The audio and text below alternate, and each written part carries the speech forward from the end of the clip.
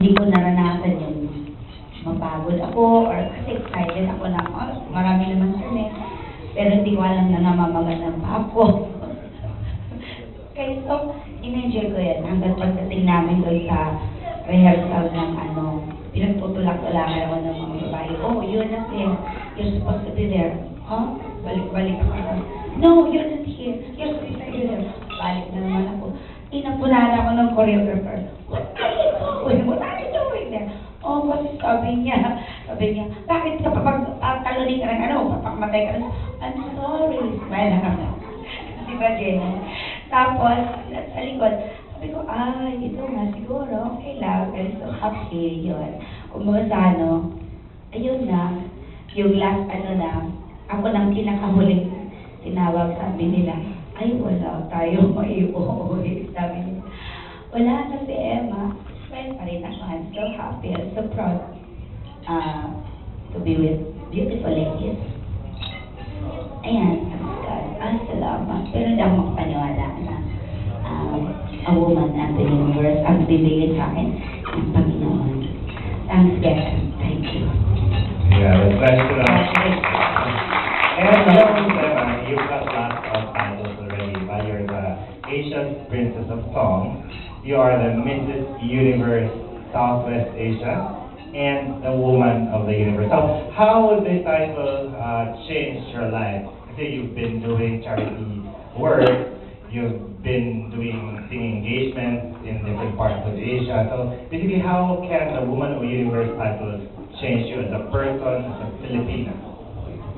Well, ang makakapagbago ng charity work ko, siguro not only for the children's education, tutulong din ako for yung mga victims ng domestic violence. Kasi ito ang nagustuhan ko ng advocacy ng organization na yung kung paano maging bring awareness of the domestic violence. Kasi sabi ko, although I'm a victim, pero I believe na marriage is sacrifice. So, kung ano man ang mangyari sa marriage mo, you have to sacrifice. Kumbaga sabi ko, isa pa yan na advocacy nila is domestic violence. Sabi ko, ako nga lang ba ang, sabi nila, martyr ka naman. Ako nga lang ba ang martyr? Or may mga kasama ko. So, doon ko na nakita na marami pa pala mga babae na mga martyr na nagsasacrifice sa kanilang marriage.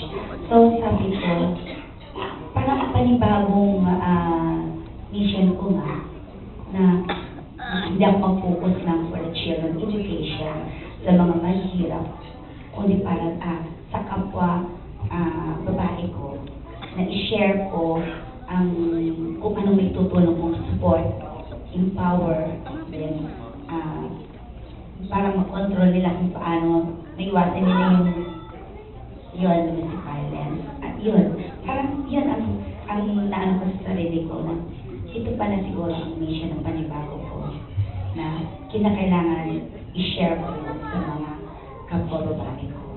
Okay. So once again, I'd like to say good luck to your future charity work and of course your newly founded group, which is basically creating awareness on domestic violence. So with that, we'll be having the Q&A coming from our friends from the media, beginning with our representative from OPMD, Mr. Nolly Rioto. Hello. First of all, congratulations sa Emma. Thank you. Okay, kung pakinggan mo yung title na Woman of the Universe, parang halos katunog na nung Mrs. Universe no? Parang i-assess mo, parang pareho na sila. So, my question is, ano yung naging basis ng organizers para ibigay yung title na Woman of the Universe? In this case, ikaw yung recipient. So, ano yung naging basis nila para ibigay sa'yo yung special award?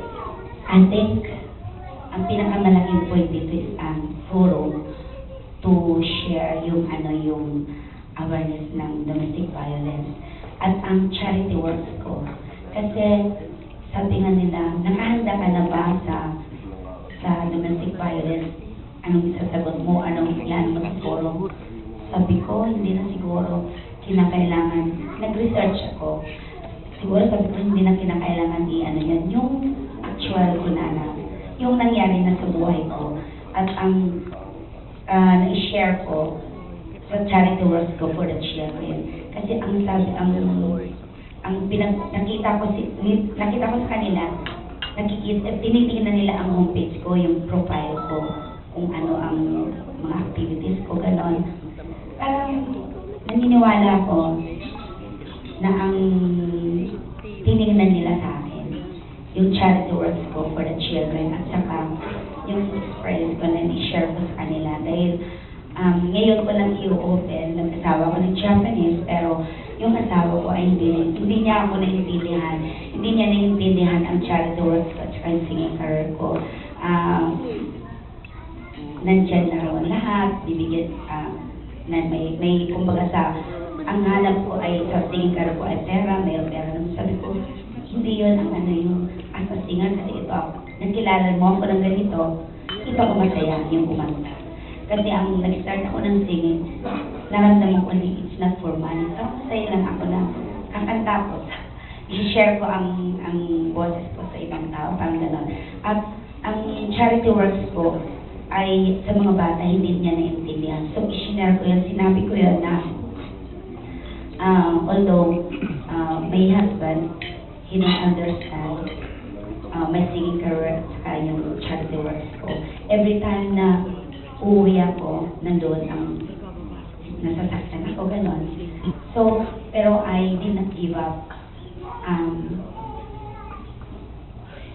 Yung nandoon yung ano ko sa kanya, namintindihan niya ako. So, at the last, sabi ko, I believe in God, the miracles, magbabago din siya, maintindihan niya ako. And I'm so happy naman na yung prayers ko ay granted. Kaya, ipinaliwanag ko rin sa kanila yon doon na talagang prayers is talagang walang ibang maasahan ko ng Diyos. At saka, may happiness is to share my advocacy and to continue my charity work for the children, because the children are the future of our universe. Siguro yun ang ginano nila, yung sasabi ng I know you love children. Thank you very much. Thank you very much, Mr. Nolly Berriosa. At this point, can we have Mr. Mario Tumawal from ABS-CBN?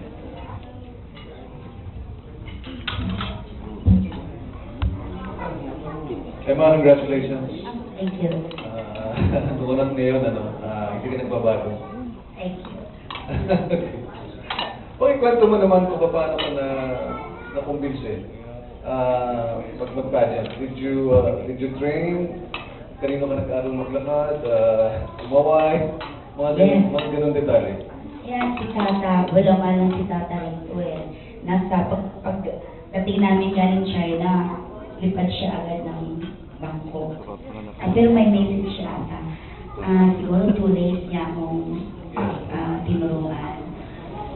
Siyempre, iba yung tayo mo sa stage, kakanta ka, kaysa maglalakad ka, as beauty queen, gano'n. At hirap na hirap pa nga ako nung tinuturuan niya ako kasi, siyempre, iba yung tayo. Pero in-enjoy ko yun. Dahil sabi ko, yun na nga, para to earn experience, para mag-more na magkaroon ako ng strong and confident ko sa sarili ko. At yun, makakuha ako ng idea, give ko yung mga ibang nation na ibang yung mga iba-ibang lugar na mga beauty queen. Ayun. Sino kinonsider mo ang pinaka-mabigat mong competition? Wow, mayroong isa doon, no? Mabigat, pero hindi siya nanalo, no? Chinese, doon, kasama siya. Pero hindi siya nanalo. Pagka, ano yan? Rush ko rin yun, no? Pero ang nanalo is although hindi namin in-expect siya. Dahil sabi na nila, hindi Yung kanina, nung naisabi ko. ay lumakad. Pero, ewan ko, kung may nakita sila, mas maganda. May nakita talaga sa'yo mga kurado, Emma. Pinarinig nga. May nakita kakaiba sa'yo, kaya ikaw ang nanalo. Sa palagay mo, ano yung nakita nila sa'yo? Sabi ko wala Sabi kang yun. isang kanina. Sorry. Sorry. Pero naniniwala ako na yun nga laging sinasabi ko sa sarili ko at sa mga friends ko. Ang Kasi libro, walang iwata. kahit sino siguro sa atin, kahit saan ka pumunta, ang way po natin ay yung kung paano ka makipagkapatao, paano ka makisama. Ibang, aywan ko, kasi kahit matalino ko, maganda ka, kung talagang makikita nila ang pagkasalbahe mo, makikita naman siguro yun. Yun, diba? Siguro, aywan ko kung nakita nila yung charity works ko talaga, or nakita nila na na-api ako, or aywan ko, siguro, iba pang At last na lang, paano ito matuluhin ng tatlong Dapat ano kay Lily. Well, siguro, mababago lang. Bal yun. Dalagdagan ko lang ang charity works ko. Tatagsagan. Oo, yun lang ang nasabi ko. I-share ko yung sa mga kapababae ko. Yung tungkol sa domestic violence. Para magkaroon sila ng maiwasan nila, para hindi sila mabubuhay ng asawa nila, para hindi sila ma-misunderstood. Kasi ang family, ang husband and wife, as communication ang pinaka-importante dyan, di ba? Kapag hindi maganda ang communication ninyo, nandoon na mag-i-start ang problema. So yun, parang i-share ko lang para hindi mabugbog, para hindi mag-away, kinakailangan respect each other. Ayun. Kasi yung naranasan, yung domestic violence, emotional, economical, tapos yung physical, economic. So, sabi nila, paano mo may papaliwanag yun? Ano na, simple na, meron is sacrifice. Kung talagang hindi ka maunawaan ng asawa mo, ask mercy, sila pagbabaka. Dahil kung halimbawa pakumbura ka na, kung anong mabuti, siguro ayos yun. At kung hindi man, Lord, nandiyan ang prayers. Yun. Thank you very much. Pangalan yun eh. English ako dahil Nalilito ko lang, minsan man mapupunta ka sa loob ko, sakalit ka. Yes. Kahit na dito, Diretso. And I hope that you're happy with your husband now. I'm very happy kasi nag-change siya. Hindi siya nag-support sa charity work ko that time. Pero ngayon, he changed a lot. Kaya sabi ko, prayers. So, ang Diyos na yan. Pray kind. Thank you for making us proud of you. Thank you very much, Mr. Mario Dumaro. Our next question will be coming from Mr. Noni Nicasio.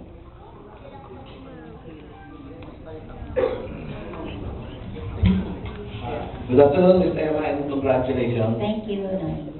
Nung maliit po ba kayo, nung before, pinangarap niyo na maging beauty queen kayo someday? Well, nung second year high school ako, first year high school ako, gusto ko mag-modest. Kasi sa school, talagang nakikita nilang aktibo ako at saka kapag singer ng school namin. So, pinasasali na nila ang mga passion sa show, pero mas gusto kong kumanta. Pero hindi, nakalimutan ko na yun. Singing talaga ang love ko. Ewan ko kung ba binalik ko rin. Pero siguro siya nakakaalam. Yun. So ngayon po, pagsasabihin niyo singing ang inyong mga beauty bilang beauty queen. Yun, ang duty ko sa, yung priority ko rin sa pagpapatuloy ko yung charity works ko at dalagdagan ko nga tungkol sa i-share ko sa mga mothers, students ko. At siguro hindi na ako sasabi ng beauty queen, baka ilak na naman ako ng Thank you. Okay, thank you po. Okay, thank you. The next question will be coming from Mr. George Bill Cabrizante. Congratulations, Miss Emma. It's really Thank tough. you. Thank you. Tough being out of 72,100 contestants. So, I will say some other tone other than BD because I heard na-rig ang contest na ito for an amount of 14,000 euro. What can you say to that?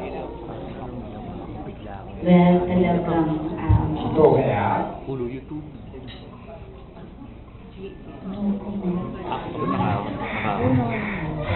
anong comment? Pero, pakiulit-ulit ito. Na-rig ang contest na ito for 40,000 euro from Austrian country. I heard from a reliable source. Siguro. You were the last one to know about this and you were there? Last na yun, nalaman ko lang. Pero, sabi ko, silang nakakaalam eh. Kumbaga sa ano, I just, thankful, yun ang inano sa akin.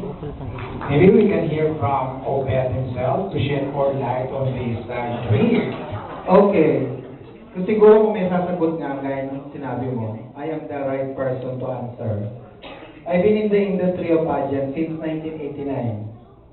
Pag may natatalo, palaging sinasabi may dayaan. Pag may nananalo, bumili raw ng title. Kung yun ang palagi nasa utak natin, paano tayo makakagalaw sa mundo ng maayos? Palagi ko sinasabi sa mga beauty queen ko, kung kaya natin tumanggap ng panalo, dapat tumanggap tayo ng pagkatalo. Hindi tayo pwede mag-comment, nagbayad siya. E di sana nagbayad din tayo. Walang ganong kwento sa pageant. Even in local, barangay, or whatever pageant, hanggang international. Palagi mo maririnig, pag may natalo, palaging yung nanalo bumili. Para sa akin, hindi eh. Pag nananalo kami, nagpapasalamat kami. Pag natatalo kami, nagpapasalamat din kami. Dahil ang pinakamaganda sa buhay natin, alam natin tumanggap ng victory at alam din natin tumanggap ng pagkatalo. Thank you. Thank you very much. The next question will be coming from Ms. Ethel Ramos.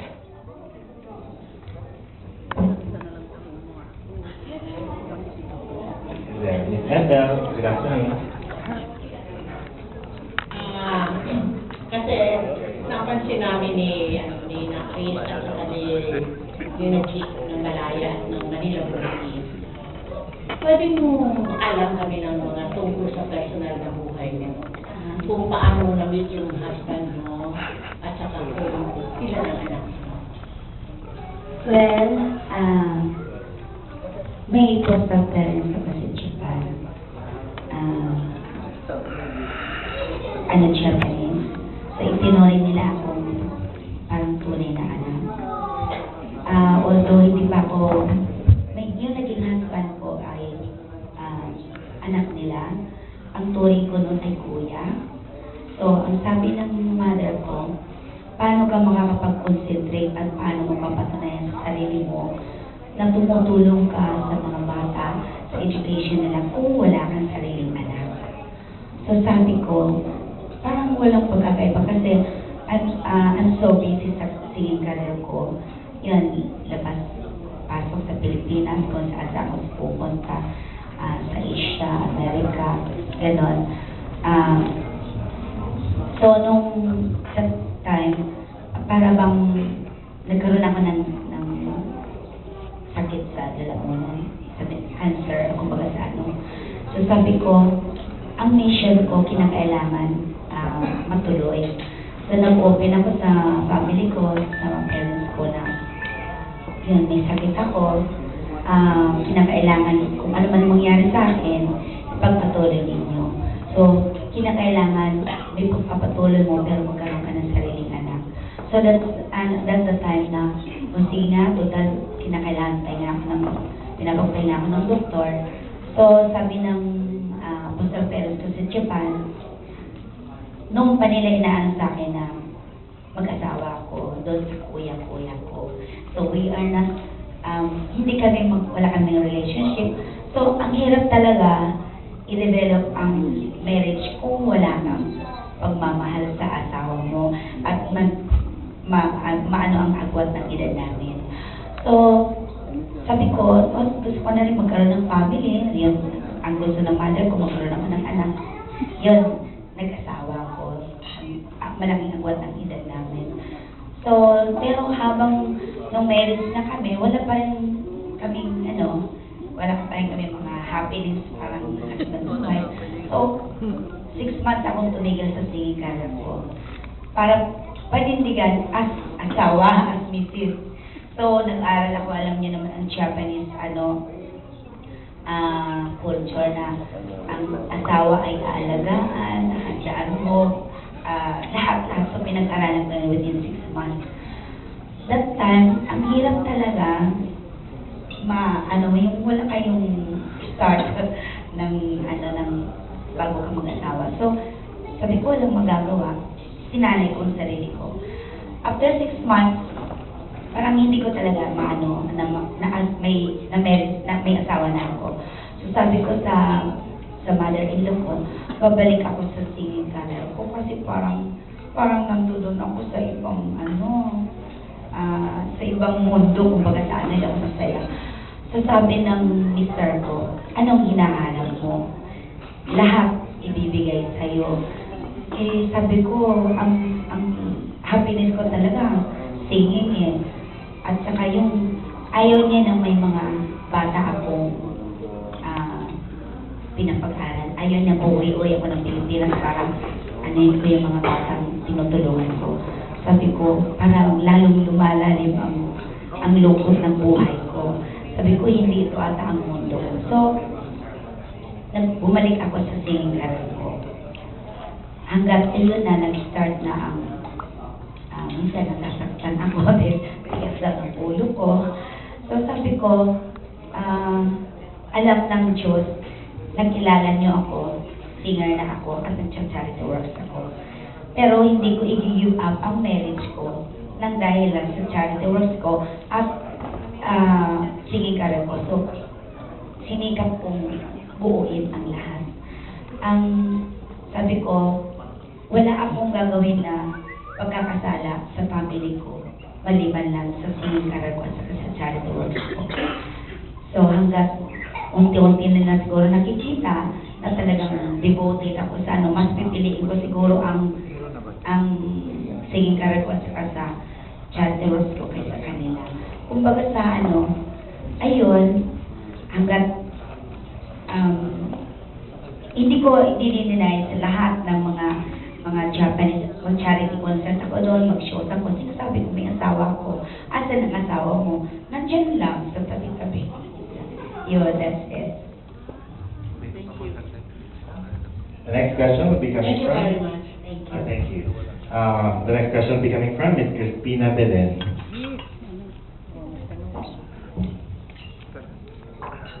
Natanong na yata ito eh. May yung pagkapanalo mo ba eh, malaking naitulong yung pagkanta mo? Pagpasok mo pa lang? Yung talent portion namin, Yes, yes. siguro kasi sabi nung mga pagkatapos ko na kumanta, ay, ang ganda-ganda ng kanto, abutan kami. Tapos, meron talagang para bang pinagpipilian, narinig ko na sa kabilang na tatlong pinagpipilian nila, yung isa na yung Austria at ang Pero. Ang Pero ay, kumbaga sa rin ang struggle din ng buhay niya. Na-rape siya ng 5 years old, tapos yan, may mga domestic violence din siya. Tapos may naririnig ako na that girl, maganda ang performance niya, yung pagkatapos kumanta. So sabi ko, salamat, siguro, best talent lang ang makukuha. Ay, salamat, sabi ko, ganun. Yan lang, ang ko, siguro, pinagsama na nila yung talent, ko, at saka yung charity works ko. Thank you. Thank you. The next question will be coming from Mr. J. Patao of Malaya Business Insights. Hello, Miss Emma. Congratulations. Thank you. Curious lang ako, nagsisinging contest ka rin ba nung bago ka naging professional singer? Sumasali ka sa mga amateur? Yes. Actually, 5 years old pa lang ako. Naging champion na ako. Dumating nga ang time na nag-champion na nga ako sa kabilang lugar. Sumasali pa rin ako sa ibang na although bawal yun. Hanggat dumating yung pang-limang nag-champion ako doon, nabuking na ako ng isang judges doon. Ay, hindi na pwede yan. Yun. Actually, kaya ako natanong kasi, how would you, paano may compare yung pagsali mo sa singing competition and now sumali ka sa isang beauty contest? Well, actually, tulad ng nasabi ko kanina, hindi ko talaga feeling na makakakuha ko ng ganitong magandang title kasi gusto ko lang mag-earn ng experience ko na makasama ko ang beauty queen ng iba-ibang country. Sabi ko, I want to, parang naghahanap lang ako ng, para makadagdag yung ko. Kasi tulad ng nasabi ko kanina na, ako lang ba ang martyr na asawa? Or, sabi ko, kapag natuklasan ko na ako lang yung martyr, siguro iwanan ko ng asawa ko. Pero hindi pala. Okay, sinong naging ka-close mong candidate doon? Maliban of course kay Jenny, congratulations pala Jenny, and kay Mary Rose, kanyang aside from the two na Pilipina rin. Yung taga-India, although rin siya disappointed. Hindi niya matanggap talaga na wala siya, na hindi siya nanalo ng Miss Universe.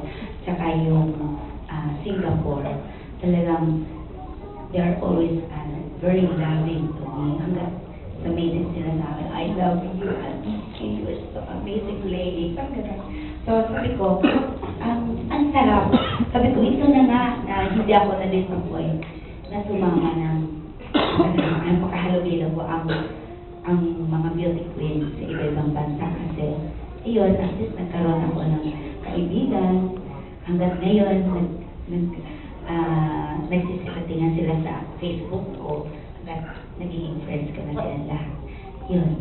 Thank you. Thank you. Congratulations. Thank you, Mr. J. Pato. The next question will be coming from Ms. MJ Barfori of TV5. Hi, ma'am.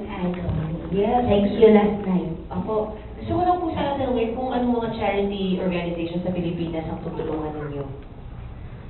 Well, may project kami sa church namin, Immaculate, Lady of Immaculate Conception. Tumutulong ako dyan. At yung church na nabiktima sa summer, yan tinutulungan ko rin. Tsaka kahit hindi pa ako sumama sa nag-join sa project na to, tumutulong na ako. At ngayon may mga project ako, yung sa Japan, yung mga, meron din doon na mga kapwa-Pilipino natin na nangangailangan ng tulong, yung mga magulang din na kapwa-Pilipino na iniwan ng mga asawa, may mga anak na hindi bibigyan ng support ng mga asawa nila. At yun ang school sa probinsya. Yan ang naka-line up sa akin. Kaya yun, sana lumago ang foundation ko at nakatulong din sa kanila. Yung mga bata po na kasama niyo sa inyong production number, sila rin po ba ay part ng inyong foundation? Yes. Okay, yes. From Japan? Oo, dito sila sa dito sila sa Pilipinas. Ang kasama ko sa Japan ay 5 sila. Thank you. Thank you very much, Ms. MJ Barfori. The next question will be coming from Ms. G. Trilliani.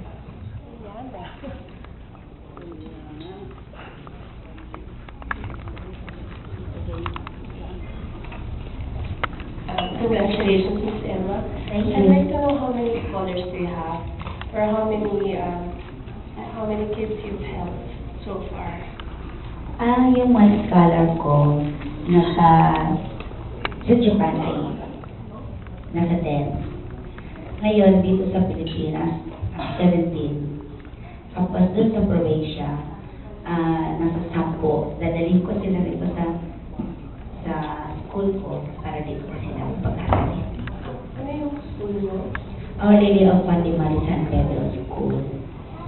Yun, naumpisahan ko siya, nursery pa lang, talagang lahat ay nag-start ako dyan ng puro scholar.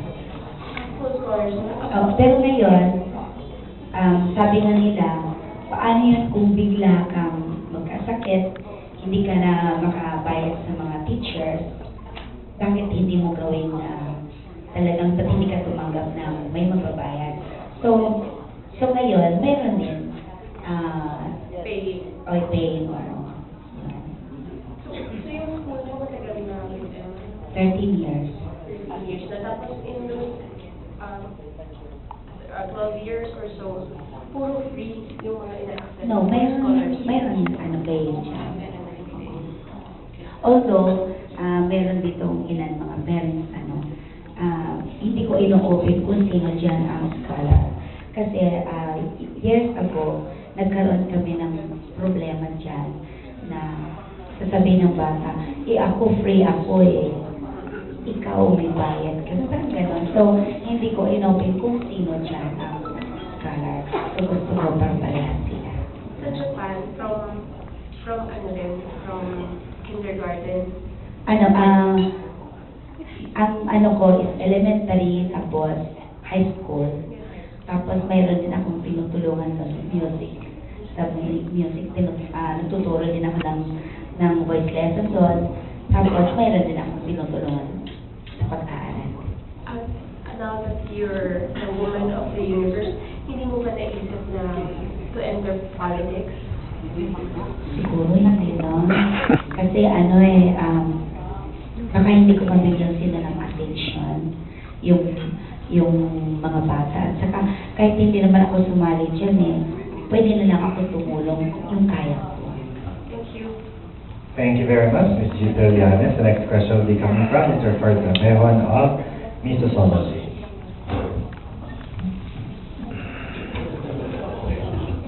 Ay po, congratulations po. Thank you. Ang question ko lang po is, ano ang pwede niyong message o gustong sabihin sa mga tao sa online na instead na sinusuportahan tayo kasi nga Philippines yung dala natin, sila pa mismo yung nagko-comment ng mga masasamang bagay, mga bashers po. Well, siyaan natin sila. God is always there. At may mga tao matatalino na may isip nila, may insecure sila sa atin. Diba? Kasi tayo ay kapuna-puna. Kaiba-iba ang puso natin sa kanya. Parang ganon. So, doon sila masaya sa ganon judgment. So, tayo, just be patient. Kasi, kung ano ang mas maganda pangalaw yung inaapi kaysa nataapi. Yan ang puso. Okay, so that's, you're okay? Thank you. So that ends our Q&A for this afternoon. And right after this, you could still do your one-on-one question and answer with Ms. Emma Cordero. But in the meantime, we have another good news from Mr. August Recalde, another recognition for this